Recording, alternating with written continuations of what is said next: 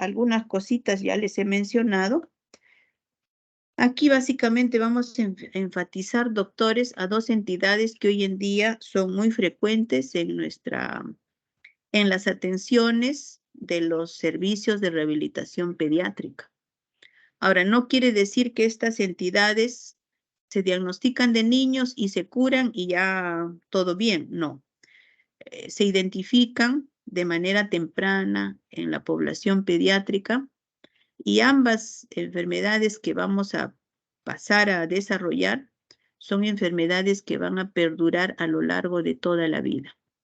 ¿Ya? Entonces, eso por lo menos tiene que quedar fijo de lo que el día de hoy vamos a continuar con esta segunda presentación. Las competencias, ¿no? Reconoce condiciones patológicas que cursan con trastornos del aprendizaje y la importancia de la intervención temprana. Vamos a desarrollar estas dos entidades, doctores, doctoras, el TDAH, que es el trastorno de déficit de atención con hiperactividad, y TEA, que es el trastorno del espectro autista. ¿Ya? Yo siempre les digo, no hay que utilizar abreviaturas, pero estas entidades, así como las ven, así las van a conseguir también cuando se quieran revisar guías, lecturas sobre estos temas. Y para algunos que de repente ya han revisado, ¿no? Saben que el TDAH y el TEA, ¿no? Son dos entidades diferentes. El TDAH, trastorno de déficit de atención con hiperactividad, y TEA, trastorno espectro autista. Entonces, no debemos de confundir, son dos entidades totalmente diferentes. Entonces, partiremos a hablar sobre el trastorno de déficit de atención con hiperactividad. La imagen fotográfica da mucho de lo que es esta entidad, ¿no? Miren, es un niño que tiene 6 manos. ¿Por qué 6 manos? Porque es un niño, es como una máquina, es como un motorcito que no para. Está todo el día haciendo muchas cosas, ¿no? Ese es un niño hiperactivo, ¿ya? Por eso es que cuando ustedes vean una fotito así, ya háganse la idea que están frente a un niño con trastorno de déficit de atención con hiperactividad. ¿Qué decimos de este trastorno, doctores? Este trastorno se inicia en la infancia. Lo ideal es identificarlo en esta etapa. No aparece después, aparece en esta primera etapa de la vida, sino que a veces no todas las personas tenemos oportunidad de ser evaluados en un centro de atención de salud. ¿Ya? Entonces, no aparece cuando somos adultos, aparece en la edad de la infancia, la etapa preescolar. Ahí es donde se identifica, ¿no? A través de los signos y síntomas. Entonces, por eso dice, es el inicio en la infancia, que comprende un patrón persistente de conductas que va a tener 3 síntomas importantes: la desatención, la hiperactividad y la impulsividad. ¿Ya? Entonces, cuando les dicen ¿qué tiene el TDAH? Es un niño donde tiene desatención o déficit de atención, presente hiperactividad y también hay impulsividad. Ya esas son 3 características que definen a estos niños. Se considera que el trastorno está presente cuando estas conductas tienen mayor frecuencia e intensidad de lo que es habitual según su edad y el desarrollo de la persona. Ustedes dirán, pero doctora, hoy en día los niños son inquietos. Así es, los niños son movidos, son inquietos, pero ¿qué nos dice acá? Dice, conductas que tienen mayor frecuencia e intensidad de lo que es habitual. Ustedes ven a 10 niños, de esos 10 niños no todos se comportan igual. Hay alguno que es más movido, es más inquieto, ¿no? De lo usual. ¿Ya? Entonces se refiere a ese niño, ¿no? Por eso nos dice, ustedes lo van a ver con más frecuencia. Para eso tenemos que aprender a ver y a observar niños. La única manera que ustedes se puedan identificar a un niño que es hiperactivo es observando.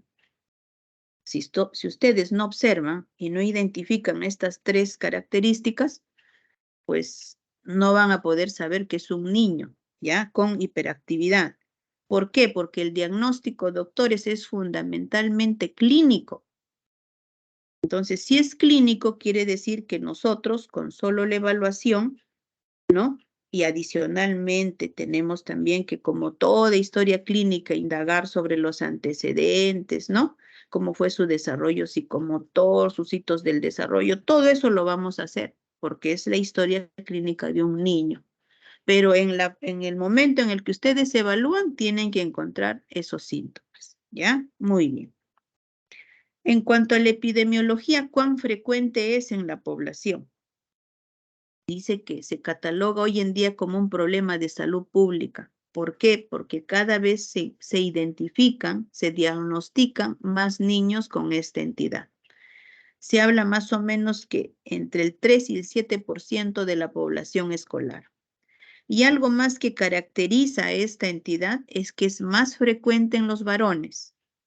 De cada 5 niños, 4 son varones y 1 es mujer. ¿Ya? Esa es la relación. Ahora, los niños con este trastorno tienen un mayor riesgo de fracaso escolar. ¿Ya? ¿Por qué? Porque como es inquieto, es distraído, ¿no? A veces no va a responder con las tareas, con las preguntas que hace la Miss, porque la Miss dijo para mañana tienen que traer un folder. El niño vino al día siguiente y se olvidó del folder. Mañana les voy a tomar un pasito de comunicación y el niño se olvidó repasar, ¿no? Porque es distraído. ¿Ya? Entonces repercute, ¿no? De una u otra manera en el desenvolvimiento escolar. Por eso se habla que hay un riesgo de fracaso escolar. O sea, es un niño que probablemente no va a tener, pues, As, va a tener en sus calificaciones de la libreta entre B y C, que hoy en día es la forma como se califica en las escuelas, ¿ya? Muy bien. Aparte, ¿qué más pueden ver en estos niños? Problemas del comportamiento. ¿Ya? Son niños que la misa cada rato les suele llamar la atención. Juancito, siéntate. Juancito, no hables. Juancito, atento, ¿no? ¿Por qué? Porque su comportamiento también hace que distraiga a todo el resto de compañeros. Ya, como él habla, ya los otros niños también hablan. Como Juancito se para, los otros niños también se quieren parar, ¿no? Entonces, va a generar, ¿no? Que en el aula, pues, sea una dificultad realmente para la profesora, ¿no? El tener a todos realmente concentrados en la actividad que están desarrollando. Y también su repercusión no solo es en el ámbito escolar, también en el ámbito sociofamiliar. ¿Y por qué habla de laborales? Porque estos niños son diagnosticados TDAH de pequeños y van a ser TDAH hasta que sean adultos, hasta que sean padres, profesionales, así como, bueno, en este caso yo ya soy adulta, voy a seguir teniendo esa enfermedad, ¿sí? Sino que ya pues somos adultos, ya lo vamos a manejar de manera un poquito más consciente. Pero como el niño no es todavía en los primeros años de la vida tan consciente de que es muy movido, muy inquieto, por esa razón es que va a tener mucha importancia las intervenciones de rehabilitación, porque vamos a llegar en un momento en el cual vamos a trabajar con los padres, con la escuela y con el niño para que este niño logre regular estos comportamientos, ¿ya?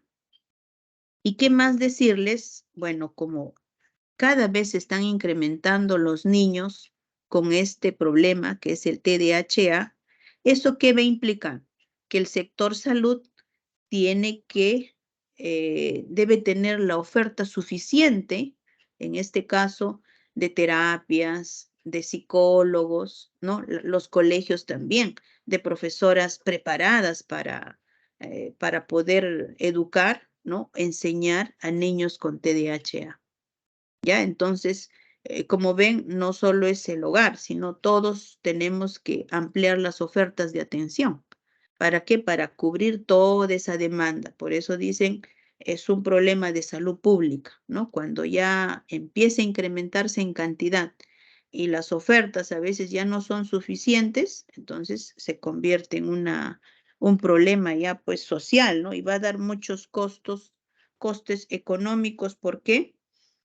porque los papás, imagínense, su presupuesto no estaba preparado para terapias, por ejemplo, con sus hijos todo el año, ¿no? Padres que a veces tienen el trabajo, sus sueldos, pero de ese sueldo tienen que sacar parte para dedicarlo solo a terapias con sus niños. En el sector, de repente, del ministerio, ¿no? O en los estratos económicos, de repente, pobres que no tienen un sueldo, no hay un sueldo. Imagínense, los pobres padres tienen que hacer malabares para poder conseguir el dinero para llevarlo a un centro para que realicen sus terapias. Esa es la connotación, ¿no? Porque esto no se soluciona castigando al niño, llamándole la atención a los papás que de repente no saben criar. No, no es cuestión de que no saben criar. Son niños que tienen estos síntomas dentro de sí y se desenvuelven así en todos los entornos. En la escuela se comporta tal cual que en la casa, y en la casa se comporta también tal cual en la comunidad. Por decir, va a un cumpleaños, a una fiesta infantil, él es el inquieto, ¿no? El que hace, o sea, llama, quieran o no, la atención, pues, ¿no? Entonces, por eso se habla de que estas conductas debe de repetirse en todos los entornos para poderlo catalogar como niño con TDAH.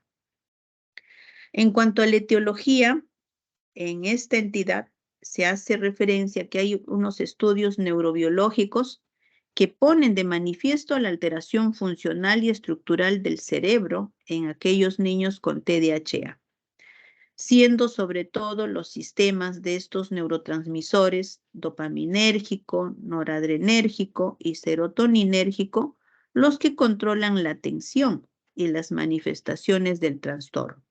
¿Ya? Entonces, aquí sí, ¿no? Ya más o menos se ha identificado y en mérito a ello también parte del tratamiento que se realiza a estos niños es a través de tratamiento farmacológico, ¿no? Y se sustenta precisamente en estos estudios neurobiológicos. Asimismo, es importante también siempre preguntar e indagar por otros factores, ¿no? No genéticos. Como les decía, ¿no? Un poco también igual, como en la anterior exposición, preguntar por los factores prenatales, natales y postnatales. Y en los prenatales, sobre todo, se hace énfasis a la madre, ¿no? Si la madre estuvo expuesta a cigarrillos, alcohol, drogas, entre otros, ¿ya? Y así como también cómo fue el nacimiento del niño, ¿no? De repente es un niño que al nacer sufrió, ¿no? Ustedes han escuchado hablar del sufrimiento fetal o niños que tienen un parto prolongado, ¿no? Entonces son circunstancias que a veces pueden dañar, en este caso, el sistema nervioso del niño. Sobre todo se hace referencia a las áreas prefrontales, ¿ya? Y finalmente también es importante hacer énfasis en los factores socioambientales. Acá, sobre todo, familias desorganizadas. Imagínense, papá y mamá que no tienen un hogar tan funcional, se pelean, no hay una buena dinámica entre ellos. Y que para de repente infortunio de ellos tienen y nace un bebé con hiperactividad, ¿no? Entonces, a eso se refiere, ¿no? Ya son hogares desorganizados y que encima viene este pequeñito donde va a requerir más bien el apoyo tanto del papá y la mamá, pero lejos de ello, el niño nace en un ambiente desorganizado. Entonces, será una debilidad en este caso para este niño. Los signos y los síntomas les hice en el concepto hacer mención a los tres: a la impulsividad, a la hiperactividad y a la inatención. Creo que de las palabras se logra comprender, ¿no? ¿Cómo es un niño impulsivo? Es aquel niño que está impaciente, ¿no? Tiene dificultad para aplazar las respuestas o esperar su turno. Es el niño que ya jugó, ¿no? Con la pelota, pero quiere seguir jugando y quiere seguir jugando. O sea, no le da oportunidad para que los otros niños jueguen, ¿ya? Está en la matiné, ya él le dio el golpe a la piñata. Hay 20 que van a dar el golpe a la piñata, pero este niño quiere seguir golpeando a la piñata, ¿entienden? Entonces, es así, ese es su conducta, su comportamiento, ¿no? El hiperactivo se define como una actividad excesiva o inapropiada, que puede ser motora o verbal. Motora, movimiento, y verbal, porque también son niños que hablan y hablan, hablan y hablan. A veces interrumpen a los adultos, interrumpen al profesor, ¿no? Entonces, llama eso la atención. Normalmente ustedes, por ejemplo, estamos en la práctica, no interrumpen, ¿no? Pero estos niños, no, o sea, lo ven como algo natural interrumpir, por ejemplo, un momento en el que se está haciendo una actividad. Y la inatención hace referencia a las dificultades para mantener la atención durante un periodo de tiempo más o menos prolongado, ¿no? Por ejemplo, en las tareas dentro del aula, de repente van a desarrollar un collage, hacer de repente dibujar un paisaje. Bueno, en actividades que usualmente la docente tiende a indicar, pues, ¿no? Durante el desarrollo de las actividades, ¿no? Entonces, este niño, no, o sea, se concentra solo un momento y de ahí deja de hacer la actividad. Algo importante en la parte inferior dice, las niñas tienden a presentar mayor inatención. En cambio, los niños, el componente mayor en ellos es la hiperactividad y la impulsividad, ¿ya? Pero repito, se presenta en varones y mujeres, aunque es más frecuente en los varoncitos. ¿Cómo le da el diagnóstico el CIE-10? El CIE-10 de estas 3 características nos dice, si tengo 6 síntomas de los déficits de atención y 3 de los síntomas de hiperactividad y 1 de los síntomas de impulsividad, en niños, ¿no? Antes de los 7 años, entonces puedo dar el diagnóstico de trastorno de déficit de atención con hiperactividad, ¿ya? Las diferencias entre niños y niños, el combinado, donde prevalecen los 3 síntomas, ¿no? Hay más frecuente en el niño en un 80% frente a un 65% de las niñas. Donde hay más déficit de atención, hemos dicho que es más prevalente en las niñas. Y hiperactividad e impulsividad, bueno, siendo el menos frecuente de los 3, que básicamente en las niñas un 5% y en los niños un 4%. Ya, eso es lo que se encuentra. Ahora, aparte del diagnóstico que hemos dicho que es clínico, es importante que también nuestros colegas, que muchas veces son los que nos derivan, que es el psiquiatra infantil, el neuropediatra o los pediatras, ¿no?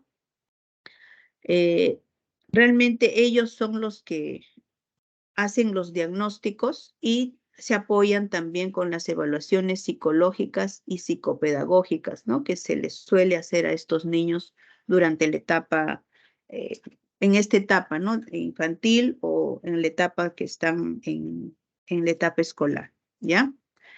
Importante también que se tiene que hacer pues una historia integral, ¿no? Así como se hace en el adulto, en los niños también se elabora una historia completa y evaluar siempre la parte neurológica. Algo acá que quiero enfatizar en este cuadro, ¿no? Que los niños con TDAH presentan un nivel intelectual óptimo o superior. Ya, eso también debe grabarse, ¿ya? Estos niños, como les digo, son muy hábiles, ¿no? Son muy hábiles, pero a veces lo que distorsiona, altera sus capacidades para aprender, básicamente es porque están inquietos o están por momentos desatentos durante la actividad escolar. O también igual en casa, ¿no? Tienen que hacer el trabajo, pero ya se distraen, qué sé yo, en casa con el televisor, con el celular, o de repente alguien hace bulla, ya distraen su atención, ¿ya? Entonces, pero son niños muy hábiles, aprenden muchas cosas. Es más, en los estudios que se hace de psicometría, que es la medida del coeficiente intelectual, la mayor parte de estos niños tienen un coeficiente intelectual normal a superior, ¿ya? Entonces, tienen capacidades para aprender. Muy bien, las escalas que se suele utilizar para hacer más o menos como un tamizaje, porque mucho para el diagnóstico nos ayudan los padres, ¿no? Porque son los que están pues todos los días con sus hijos. Entonces acá, por ejemplo, es un cuestionario, tenemos cuestionario de conducta de Conners y miren lo que se evalúa, ¿ve? Por ejemplo, es impulsivo, es llorón, es más movido de lo normal, no puede estar quieto, es destructor, no acaba las cosas que empieza, se distrae fácilmente, cambia bruscamente sus estados de ánimo, sus esfuerzos se frustran fácilmente, suele molestar frecuentemente a otros, ¿no? Por ejemplo, y eso pues quien tiene que ver a lo largo de los días, ¿no? Y en su día a día son los padres, ¿no? Porque al niño no le voy a preguntar esto. Estos cuestionarios se aplican a los padres y también se aplican a los profesores, ¿no? Porque igual el profesor también está toda la mañana dictando su clase y puede más o menos calificar, ¿no? Y ver y catalogar si es que estas características no se presentan poco, bastante o mucho, ¿no? O sea que todo el momento de la actividad se presentan estas características, ¿ya? Entonces, son, como les digo, cuestionarios que hoy en día se suelen utilizar para, si se identifica, ¿no? Que estos niños pueden tener estos síntomas, hay que derivarlos para la atención oportuna. En cuanto al tratamiento, el tratamiento hoy en día se habla de tratamientos multimodales, ¿no? Esa es la forma como se cataloga. Y en este tratamiento multimodal entra a tallar el apoyo psicológico, ¿no? El apoyo psicológico le llaman los modificación de conducta, que muchas veces el especialista, en este caso el psicólogo, lo va a trabajar con el niño, pero también lo trabaja con los padres. También las intervenciones educativas, ¿no? En este caso, por ejemplo, aquel profesor, ¿no? Tiene que buscar dinámicas donde incluya al niño, ¿no? No excluirlo, ¿no? Porque si no, en vez de ayudarlo, lo estamos de repente haciendo que este niño se sienta más frustrado, ¿no? Porque no lo incluimos en actividades conjuntas, ¿ya? Y la intervención farmacológica, ¿no? Que son para esta entidad sí están demostrados el uso de algunos medicamentos. Entonces, repito, el tratamiento multimodal implica la participación también de los padres, ¿no? La madre, el padre, ¿no? En este caso, el especialista en psicología, ¿no? Que en conjunto todos vamos a orar para que este niño pues pueda tener un mejor funcionamiento. Y con respecto a la parte farmacológica, hoy en día se hace referencia a tratamientos farmacológicos de dos tipos, ¿no? Al estimulante y no estimulante. De repente ustedes han revisado, ¿no? Hay dos medicamentos estimulantes, el metilfenidato, que es el más conocido en el medio, conocido por su nombre, por este producto, el Ritalin, ¿no? Que es uno de los más promocionados. Y también tenemos otros dos fármacos no estimulantes, ¿no? Los estimulantes, básicamente, su mecanismo de acción es porque actúan aumentando el neurotransmisor dopamina, ¿no? En el espacio intersináptico. Ese es su mecanismo de acción, ¿ya? Entonces, básicamente lo que hacen los estimulantes es que actúan inhibiendo los estímulos externos, ¿no? Cuando se atiende a un foco atencional. Mientras que los no estimulantes, estamos hablando de la atomoxetina y la guanfacina, ¿no? Estos, por ejemplo, actúan dando más relevancia al foco de atención sin afectar a los estímulos externos, ¿no? Entonces, los estudios que hay sobre tratamiento farmacológico de niños con TDAH, pues hoy en día hacen referencia a estos productos farmacológicos. Y aquí de repente un resumen, ¿no? Les decía al inicio de la presentación, el TDAH va a estar a lo largo de la vida del ser humano, del que se le diagnostica obviamente con TDAH. ¿Cuál es el tiempo ideal para el diagnóstico? Es la etapa preescolar, ¿no? Como dijimos, antes de los 7 años, donde nosotros podamos encontrar, identificar estos síntomas, ¿no? Entonces, empezar a trabajar desde etapas tempranas, tanto en la parte preescolar, escolar. ¿Por qué? Porque si no, va a tener el niño mayores conflictos, ¿no? A nivel escolar, en la dinámica familiar, y a futuro, incluso cuando es adulto, incluso para temas laborales, ¿no? Para temas, en este caso, familiares, ¿no? Porque un adulto muchas veces aspira a ser una familia. Entonces se hace referencia que cuando estas personas con TDAH a veces son adultas, tienen más predisposición, ¿no? Al abuso de sustancias, a la baja autoestima y a la disfunción social. ¿Ya? Por eso la importancia, la relevancia de tratar este tema y en lo posible diagnosticar en etapas tempranas, ¿no? Porque ya de adultos, realmente todo lo que se pudo trabajar en estas primeras etapas de la vida, el fruto, el reflejo, lo vamos a ver en la etapa adulta.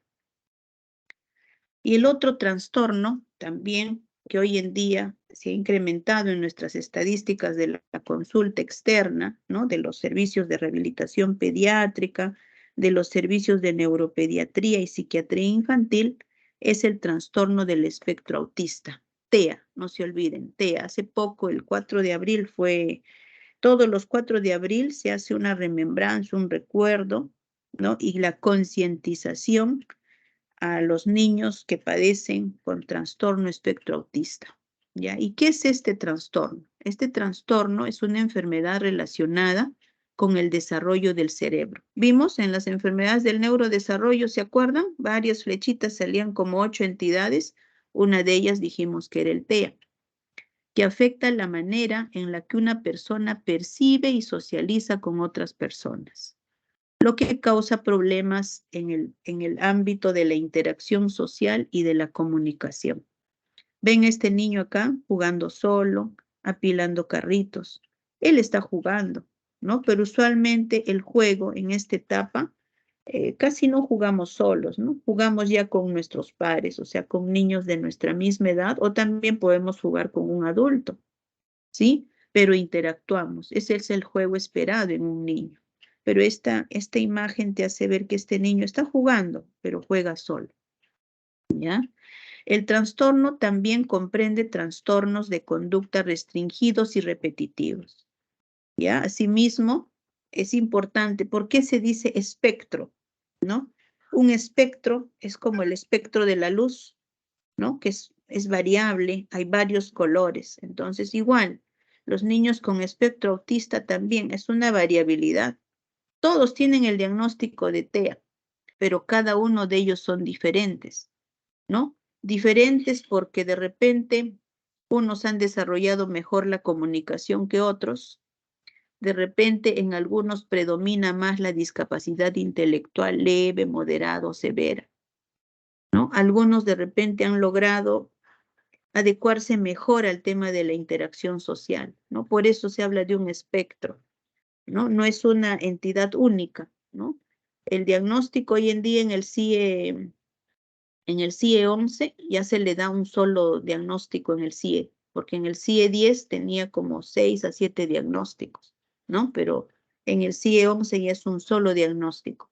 Pero también hace referencia a que lo diferenciamos, ¿no? Si este niño ha desarrollado la comunicación y también diferenciemos su nivel de funcionamiento, ¿no? Entonces, eso es lo que finalmente diferencia a un niño de otro, ¿no? Su nivel de funcionamiento. En cuanto a la epidemiología, aquí estamos hablando de 1 en cada 100 niños.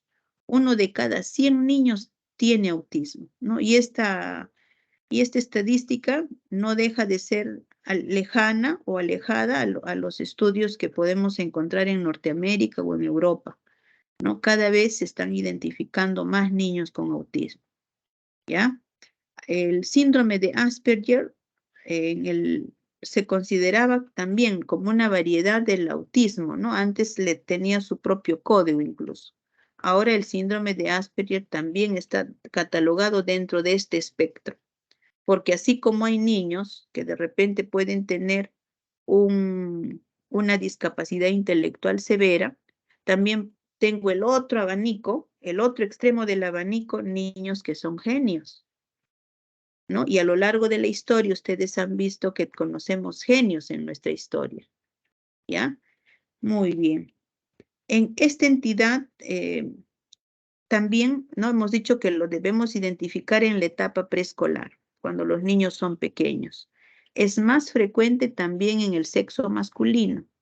O sea, los varoncitos tienen más predisposición de tener esta entidad comparado a las mujeres. En el Perú existe una institución que se llama el CONADIS. El CONADIS es el Consejo Nacional de la Integración de la Persona con Discapacidad.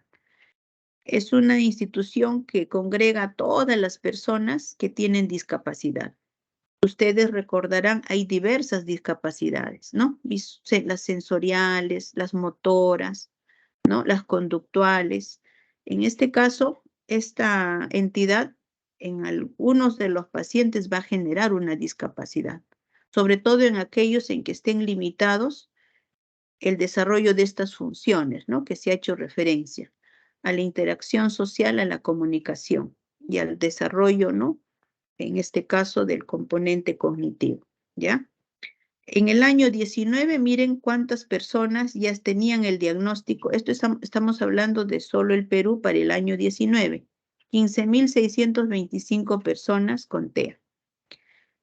La estadística de este 20 o 22, 23, asumimos que debe de ser mayor, ¿no? Porque 10 años previos eran muy pocos personas diagnosticadas con TEA, pero hoy en día ya hay una buena estadística. Ahora, de lo que ha identificado el CONADIS, sobre todo ha identificado en niños de menos de 11 años. ¿Esto qué quiere decir? Que los centros que ven población pediátrica están identificando de manera temprana a estos niños. Y las instituciones educativas, los PRITES, los CEBES, ¿no? Que son instituciones que dan atención también a estos niños, y los colegios o instituciones regulares, para poderlos recibir, nos solicitan el certificado de discapacidad de estos niños. Por esa razón es que también esta estadística hoy en día es más real, ¿no? O sea, porque hay realmente esa cantidad de niños con esta entidad. Ahora, ¿cuál es de repente lo más,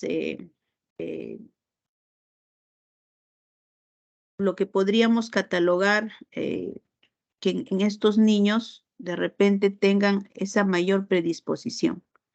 Dentro de lo que evalúa el CONADIS, ha encontrado que hay un gran porcentaje de niños que tienen el autismo más discapacidad intelectual, ¿no? O sea, ¿qué quiere decir? Que esto no ayuda mucho también para las estrategias, ¿no? Porque muchas de las intervenciones que puede hacer, que se debe hacer en un niño, va a estar en el sentido de la capacidad cognitiva, ¿no? Que tenga sus capacidades para aprender, ¿no? Si vemos que hay un buen grupo de niños con una discapacidad intelectual moderada, severa, a veces a pesar de los esfuerzos que hagamos, de repente los logros no van a ser los deseables, ¿no? Entonces, por ese lado, esto es un poco o de repente lo crítico de esta entidad, del trastorno espectro autista.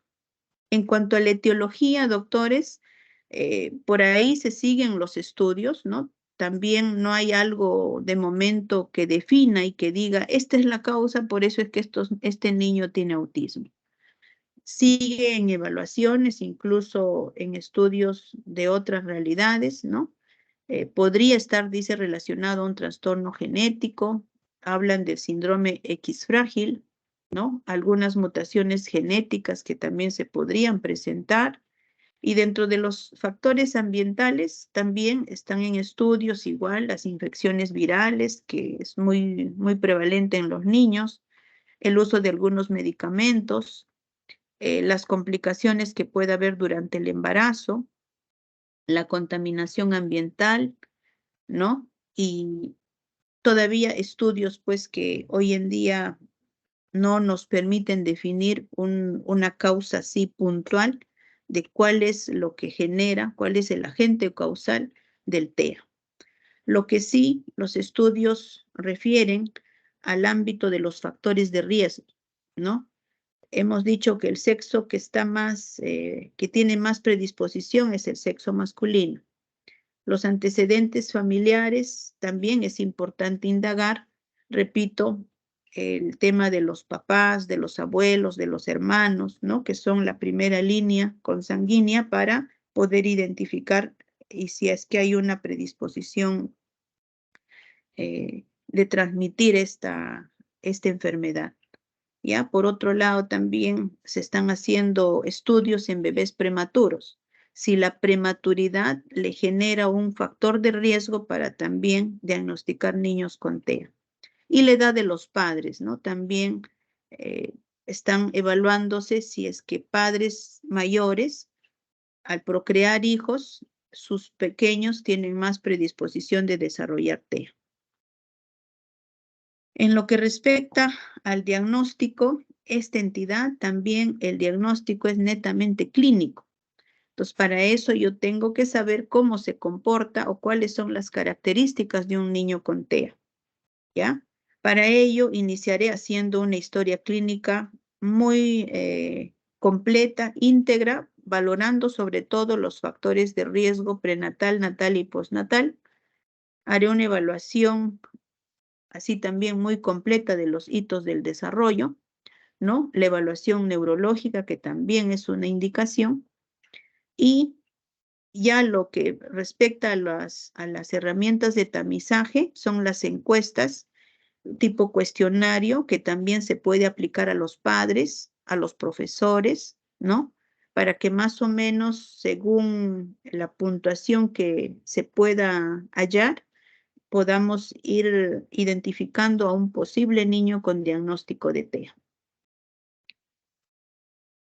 Estos cuestionarios, ¿no? Que usualmente hoy el Ministerio de Salud también en un documento técnico elaborado el año 21, debido a que en las consultas, miren, doctores, no quiero escandalizar, pero más o menos en una consulta de un médico de salud, que en su consulta de 8 a 12, que son 4 horas, que debe evaluar a 12 niños, más o menos entre 6 a 7 niños concurren a estos centros, obviamente referenciales, para ser evaluados por la posibilidad de diagnóstico de TEA.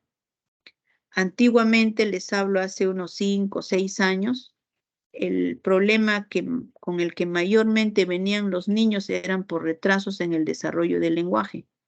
Ahora el perfil epidemiológico ha variado, ¿no? Entonces están en algunos centros como el segundo lugar y en otros como tercer lugar niños para descarte con TEA, ¿no? Entonces, por esa razón es que hoy se llama a la atención de todo el personal de salud que tiene, en este caso, dentro de sus actividades, la atención de la población pediátrica, a manejar esta escala de este cuestionario de evaluación, ¿no? Donde básicamente se hacen preguntas puntuales, ¿no? Por ejemplo, como decirle, ¿no? A un padre, señor, ¿disfruta su hijo cuando le mecen, le hacen caballito? ¿No? Porque no es que el evaluador le va a hacer, estos niños no hacen mucho contacto, es más, de momento se alejan, ¿no? Del evaluador. Entonces, por eso es que estas encuestas son muy útiles porque el papá, la mamá, sí, pues tiene más apego, tiene más contacto con sus hijos, entonces puede percibir muy bien y dar una respuesta más fidedigna a estas interrogantes, ¿no? Otra pregunta dice, ¿se interesa por otros niños? Los padres hoy en día sacan a sus chicos al parque, los llevan a las matinés o van al nido o al centro preescolar donde van a estar con niños de su edad. Entonces es una forma también de que él pueda eh, determinar, ¿no? Y decir sí se interesa por estar con otros niños o no se interesa, ¿sí?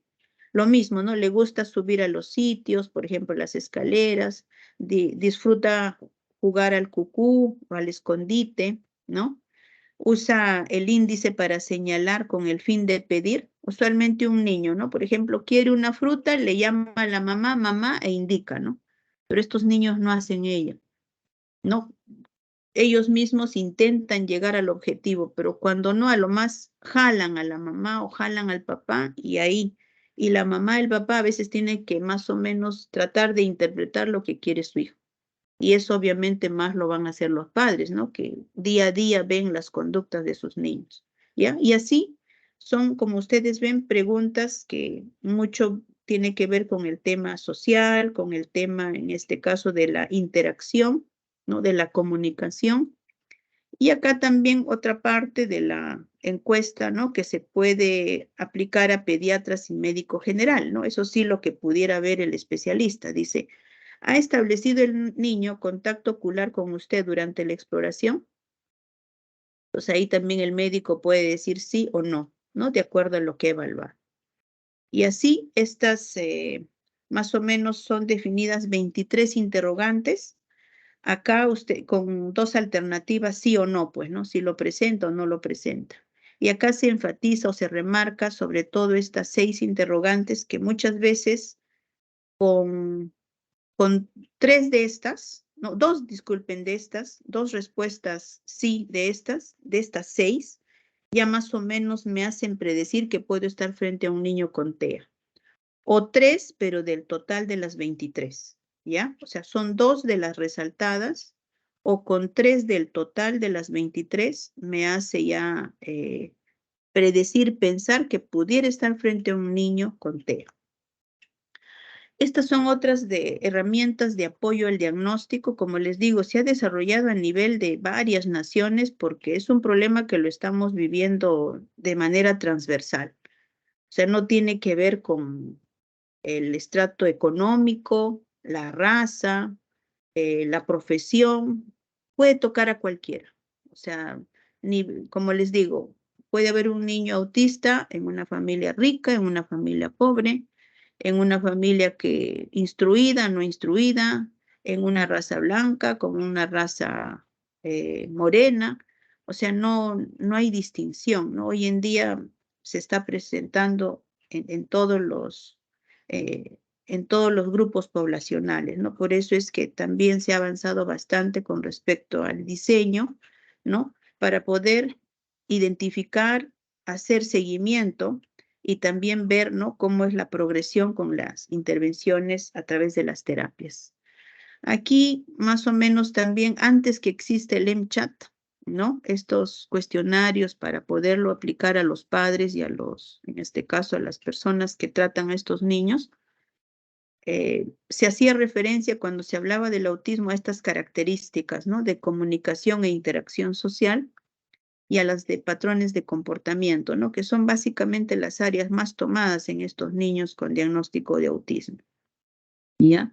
El tratamiento es también multimodal, ¿no? Porque vamos a participar todo el equipo multidisciplinario, va a estar enfocado sobre todo en el tema del comportamiento y la comunicación, ¿no? Entonces, los trabajos que se desarrollan o las intervenciones va a ser, por ejemplo, el tema de conducta, ¿no? Terapia ocupacional, terapia de integración sensorial, terapias de lenguaje, ¿no? Como podemos apreciar acá. Por ejemplo, acá estamos trabajando en la parte ocupacional. Este niño tiene que aprender, como todos los niños, a cepillarse los dientes, a lavarse las manos, a vestirse, a desvestirse, a controlar el pañal, porque se busca, o sea, para un padre es difícil, ¿no? Porque a un niño sano, bueno, a los padres les ha resultado con nosotros de repente conseguir estos logros, ¿no? Pero a veces para los padres con niños que tienen estas dificultades se les hace todo una, un desafío, ¿no? Entonces, por esa razón es que los especialistas, en este caso, por ejemplo, estamos trabajando el área ocupacional, ¿ve? Le está enseñando el tema de, que son parte de sus actividades de vida diaria, ¿no? Este es el aseo menor, por ejemplo, ¿no? El cepillado de dientes. Asimismo, también el trabajo con el área del lenguaje, ¿no? Hemos dicho que a veces estos niños no han desarrollado el lenguaje expresivo, ¿no? Entonces, hay que trabajar para que pueda también comunicarse, ¿no? De repente no hablarán tan fluido, pero por lo menos palabras con las cuales puede interactuar en el hogar y pueda interactuar también en la sociedad.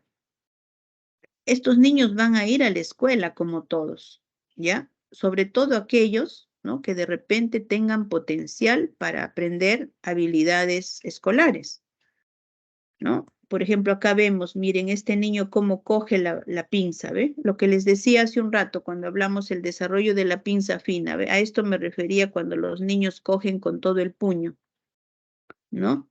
Acá el otro ya coge con pinza, ¿no? Entonces son habilidades que también, tan igual como el niño sano, ellos también tienen que habilitarse, tienen que aprender. Entonces, para eso implica ir a centros igual escolares. Obviamente centros personalizados, ¿no? Porque son niños que tienen sus habilidades diferentes, entonces hay que aplicar estrategias diferentes también de enseñanza. Y para ello existen pues profesores especializados, ¿no? De enseñanza para niños con habilidades diferentes. ¿Y qué más? El hogar, ¿no? Siempre incluir también a la familia, ¿para qué? Para que pueda también ser un ente de apoyo, ¿no? Para el desarrollo de las habilidades de los niños. El juego, ¿no? Que se puede también hacer con la presencia de otros niños. Aquí vemos el tema de trabajo de integración sensorial, se trabaja en estos columpios que ustedes ven, ¿no? Para trabajar la parte vestibular, el equilibrio, ¿no? Que a veces hasta esos movimientos, estos pequeños, como están tan sensoriales, tan inmaduros, de inicio tienen temor, ¿no? Pero poco a poco van adquiriendo esas habilidades, ¿ya? Por eso se habla del tratamiento multimodal, porque somos varios los que vamos a estar en este proceso de la habilitación, ¿no? O sea, primero busco que el niño logre lo que todos los niños deben de adquirir a lo largo de sus primeros 5 años, ¿ya? Entonces, en esta etapa, él igual, se le tiene que enseñar todo, ¿no? A escribir, ¿no? A hacer sus actividades, como les digo, básicas, a comunicarse, a socializar, a jugar, ¿ya? ¿Qué más? Enfoques en torno a la alimentación. Incluyen, dice, por ejemplo, eliminar ciertos tipos de alimentos de la dieta, ¿no? Hoy en día, pues, hasta el tema del gluten, ¿no? Ellos también les eliminan todos productos que contengan gluten. En cuanto a los medicamentos, ¿estos niños se les medica o no? Dependiendo, no es como el TDAH. En el TDAH dijimos que sí se medicaban aquellos niños que ya eran de repente, de momento, era necesario porque ya ni en el aula puede estar quieto el niño. Aquí es diferente. Aquí la medicación se pudiera dar si es que el niño de repente adicional tuviera algún problema tipo como la epilepsia, entonces ahí sí tendríamos que darle, ¿no? Su medicación, o de repente tiene algunos problemas de conducta, por ejemplo, autoagredirse, ¿no? Que no se presenten todos, como, ¿no? Quiero reiterar, no es que sea algo transversal a todos, no, podría presentarse en algunos, entonces esos niños sí pues requerirán su medicación. ¿Ya? Hablan también de lo que es la medicina complementaria y alternativa, una alimentación especial, ¿no? La quelación, dice un tratamiento que busca eliminar los metales pesados como el plomo, sustancias biológicas o técnicas manipulativas del cuerpo como la presión profunda, y diversas estrategias que hoy en día pues los profesionales tratan de ir probando y pues en algunos niños funciona y en otros no, ¿no? Por eso es que se habla de la terapia multimodal. Aquí el equipo, ¿no? Que trabajamos en los centros de rehabilitación, el instituto también igual tiene un área, incluso es más específica el instituto porque tiene áreas muy particulares de lenguaje, muy particulares de discapacidad intelectual. Entonces también ve en conjunto, ¿no? De manera más integral y específica al niño. En los centros de salud, por ejemplo, tenemos los servicios de rehabilitación pediátrica. Ahí vamos a tener al médico rehabilitador como que está liderando el equipo. Igual vamos a tener terapistas de lenguaje, ocupacional, aprendizaje, terapistas físicos también que manejan el tema de psicomotricidad, psicología, servicio social, los psicopedagogos, el educador. Si ustedes ven, esto es casi parecido a lo como hemos trabajado en los niños con alteraciones del aprendizaje. Es más, los que nos interconsultan Acá sí ya cambian un poquito porque son básicamente el neuropediatra, el psiquiatra y por ahí el pediatra que también sea muy acucioso e identifique signos que estén de repente ya definiendo un niño con autismo, ¿ya? Y acá se habla de los colegios regulares inclusivos, ¿no? Hay niños que tienen potencial y sí, se trata de incluirlos en un colegio regular, pero también tenemos los niños con autismo que cursan con discapacidad intelectual, lo que antiguamente llamamos retraso mental. Entonces, en esos casos, sí, los entes que van a apoyar a esta persona desde muy pequeñito hasta más grande, ya son estas instituciones, ¿no? Como los PRITES, que son los centros primarios que ven a niñitos de 0 a 3 años, los CEBES, que ya los ven de 3 hasta los 18 años, el SANE, que es una institución del Ministerio de Educación, que hace el seguimiento a aquellos niñitos que están incluidos en los colegios regulares, los PRONOIS, que son centros de capacitación, ¿no? Para actividades ya puntuales, ¿no? Manuales, ¿no? Técnicas, que también de repente hay pequeños o jovencitos que tengan las capacidades para poder aprender diferentes habilidades. El CONADIS, ahí es la institución que les digo donde van a ir inscritos todas las personas con discapacidad. Y la OMAPET, que es una instancia que se encuentra en todas las municipalidades de los distritos. También es un grupo de profesionales que se dedican a identificar, hacer el seguimiento y brindarle los apoyos de las personas con discapacidad, pero de su distrito. ¿Ya? Entonces, eso es lo más local, se podría decir. Y acá también quiero resaltarles, doctores, doctoras, la importancia de la familia, ¿no? Aquí más todavía, ¿ya? Aquí más, porque lo que sí, los niños con TEA tienen más, repito, más dificultades, sobre todo en tener accesibilidad a los servicios de salud, en tener accesibilidad a los servicios educativos, ¿no? Hay más, pero todavía el Ministerio de Educación, el Ministerio de Salud, poco a poco estamos entablando servicios para poder dar la cobertura adecuada a todos estos niños, ¿no? Y que realmente puedan recibir en etapas tempranas lo necesario, ¿no? Para que conforme vayan desarrollando a futuro sean personas que puedan tener un mejor funcionamiento. Esta es la bibliografía que se ha tomado para el desarrollo de ambos temas, ¿no? Tanto del TEA como del autismo. Bueno, hasta aquí ahora sí completo mi presentación. No sé si de repente tienen alguna inquietud, alguna pregunta de las dos presentaciones que se ha realizado hoy día.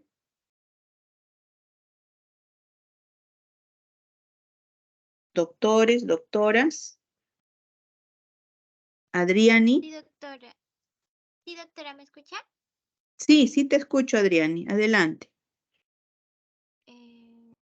Bueno, una pregunta sobre cuando mencionó en los casos de que hay genios, por ejemplo, Ya, Albert Einstein o no sé, así cualquier es. otro, ¿tendría Claro. TDAH? No, esos han sido autistas. Albert Einstein fue Autista, autista, autista, doctora. perdón. Sí, o sea, TDA. No, ¿qué estoy hablando? TEA, TEA. El TEA es el autismo, ¿no? El que lo conocemos como autismo es TEA. T de tetera, E de enano, A de avión. TEA. Claro, uno de ellos es Albert Einstein. Ujú. Imagínense, él ha sido un genio, ¿no? La teoría que dejó hoy en día pues sirve para mucho, ¿no? En la parte, la física, la matemática. Y así, ¿no? O sea, en el tiempo de inicio de repente no lo evaluaron, pero ya a futuro, ahora que se conoce más sobre TEA, los signos de TEA, hay muchas personas que a veces ya de adultos, ¿ah? Se hacen las evaluaciones y tienen TEA. ¿No? Entonces, como les digo, es tan variable el abanico, pueden parecer, ¿no? Personas normales, pero tienen ciertas actitudes, ciertas particularidades. Afortunadamente, pues no fueron de repente tan limitantes, por eso es que han podido desarrollar. Hay gente que es profesional, tienen sus hogares, se han desenvuelto, tienen sus familias. ¿Ya? Sobre todo, pero aquellos con buen nivel de funcionamiento. ¿Y quiénes son? Los que han desarrollado el lenguaje y tienen un nivel intelectual promedio a superior. Los que tienen un nivel intelectual bajo, ¿no? Habíamos hecho mención a las personas con retraso mental moderado, severo, ellos son los que de verdad todo el Estado en conjunto tiene que hacer políticas porque esta enfermedad no se cura, doctores, no se cura.